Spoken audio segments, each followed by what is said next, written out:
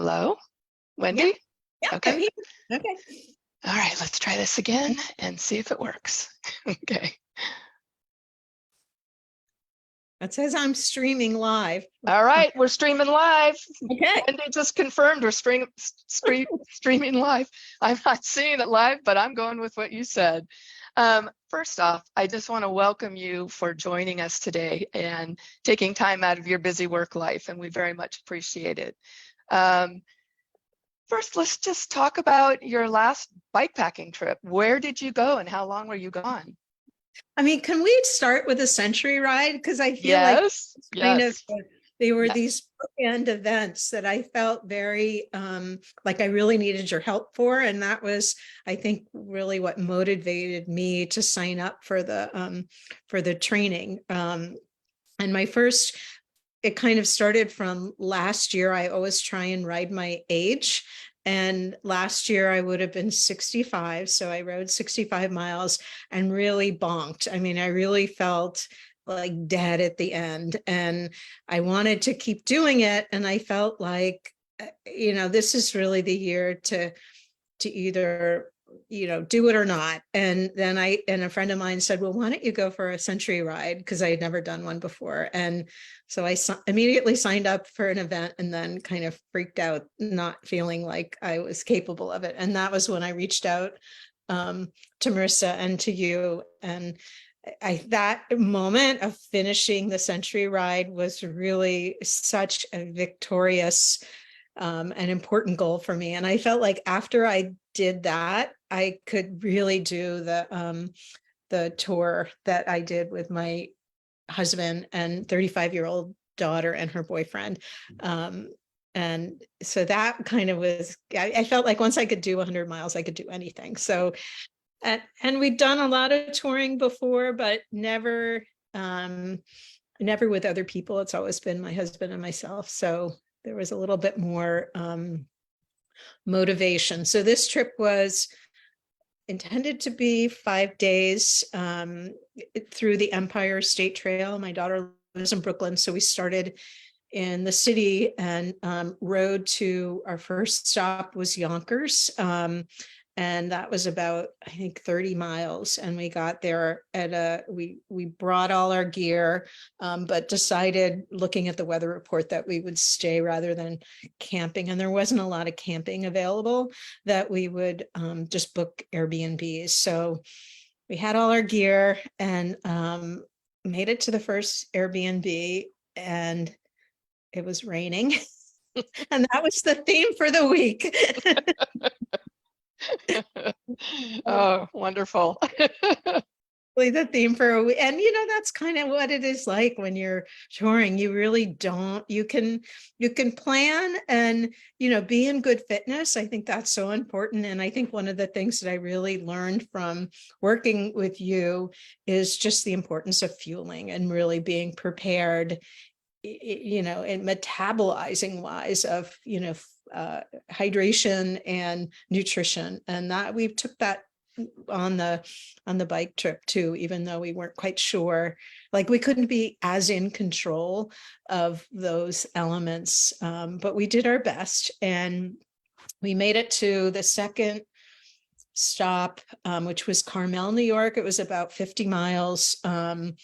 Up last end was a big hill. The Empire State Trail is pretty flat, but there are lots of times where we went off the trail for different reasons. And there were a lot of hills, and that felt really great to be able to make it up the final. It was called like Sacrament Hill or something like that. I mean, it had this like name that seemed incongruence to the task. And that felt great, and we could keep up with everybody, and it was a nice day. The next day, so that would have been day 3, we looked at the weather, and it was, I mean, I think it was like 2.5 inches of rain predicted. It was like gonna rain every hour when you look on the Google weather, like every hour of the day. And at that point we were really feeling like maybe this is just going to be so miserable that we should figure out another way to get to our next place. but my daughter was like, well, I'm going to go. And when she said that, I was like, well, we're going to go then. And we literally, I mean, that was about 50 miles in the torrential rain the whole way. And, once you're wet, you're wet. But there were moments where I was really feeling as though I wasn't going to make it, because we were so wet, but we did. And again, I think it's those moments of discomfort and just the amount of adversity that you come into where you really do feel like just so proud of yourself, and that you can, and particularly I think as somebody who's 66, like feeling as though you can still really push yourself, and even when the conditions are not optimal. And I like to sort of use that as an example toward other areas of my life as well, that you can, it is in that discomfort where growth happens. So we had a lot of that. And then the next day we were riding from Carmel to Poughkeepsie.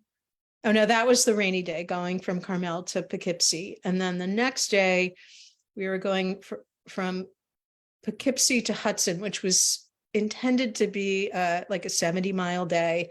So it was the longest of our trip. And of course we have all our gear too. So that's an extra weight as well. And it was a beautiful day. We rode over the Hudson, just this vast view of the water, and the whole trail really is very pretty. And there were, as was the case every day, there were detours, so you weren't quite sure where you're going to end up. And there was one detour and we were off the road, and we're doing a lot of rolling hills. And my daughter's like, you're crushing it, Mom. You're doing great. And then we took a quick right turn to a direction that was not well marked. And my husband just like ran right into me, like underneath the bike. I was on top of him, hit really hard. And I looked and I was like, are you okay? And he said, yeah, I'm okay. Are you okay? And I said, yeah, I'm okay. And then I looked down on my leg and I was bleeding like really badly. So that was the kind of the ended the Wow. rider. But when you're in a I live in Maine, we were in New York, like in the Hudson River Valley, kind of didn't have a car, didn't have any way to attend to myself. So we ended up having to call 911, and an ambulance came. And, I was not in a huge amount of pain. It was clear that I needed stitches. So they rolled my bike into the ambulance and took me to, they were great. They said like, we're going to take you where you're going rather than the hospital that's kind of out of the way. And we ended up, they took me to the hospital. They rolled my bike into the exam room and stitched me up. And my husband and daughter met me at the hospital. And luckily we had a friend that lived not too far away who picked up our bikes and took us to the next place. So it was not how I wanted the trip to end, but luckily, I didn't break anything, and I got the stitches out already, so I'll be fine. Wow. I don't even know what to say other than you are a complete badass. That's amazing. I don't know too many people who could, first of all, ride in that intense rain all day like that. That is truly type 2 fun. I mean, hats off to you, Wendy. That's amazing. And I wanted to ask you, that day, did you feel like you needed to eat more when you were out there in the rain? Did your body require more nutrition, keeping you warm? I would say I find that I need to be much more on top of my nutrition when it's hot out, and it wasn't so hot. And it also wasn't cold. It was, I think it was probably in the mid 50s.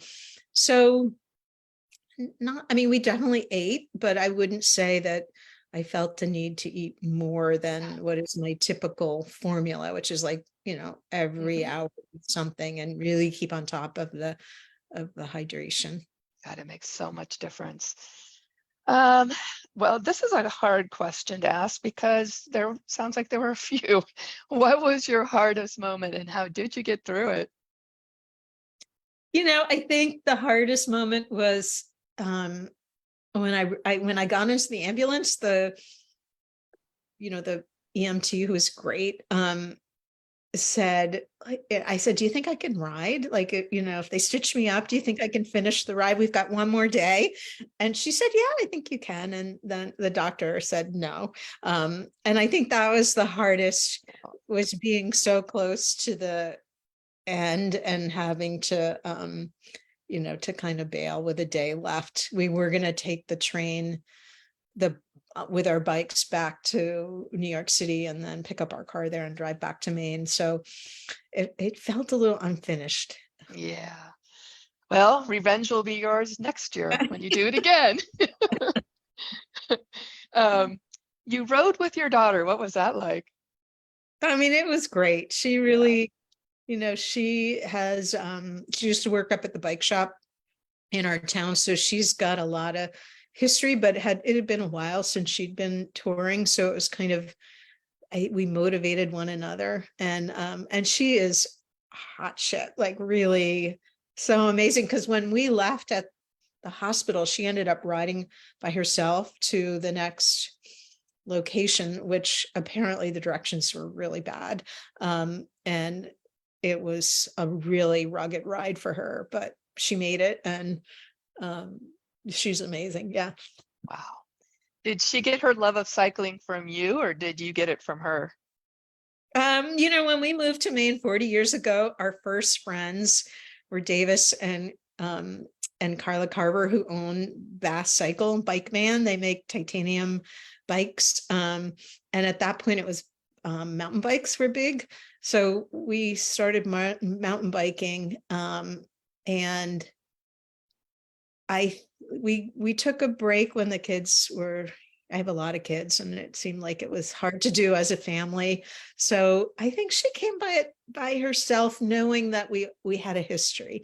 And then we picked it up again about, I think about 7 years ago. And she's been watching us That from is a, so very cool. A little jealous. I would have loved to have been able to ride bikes with my kids, but neither one of them would have it. They just looked at me like I was completely uncool. yeah. It would be Teenagers. my dream to do a bike trip with all of my kids and Yeah, their partners. yeah. So it'd be like 12 of us. That's fabulous. That would be a totally amazing dream come true. Very, Yeah, very cool. I'm pushing for it. Yeah, and we're here for you because I want to hear about it. Yeah.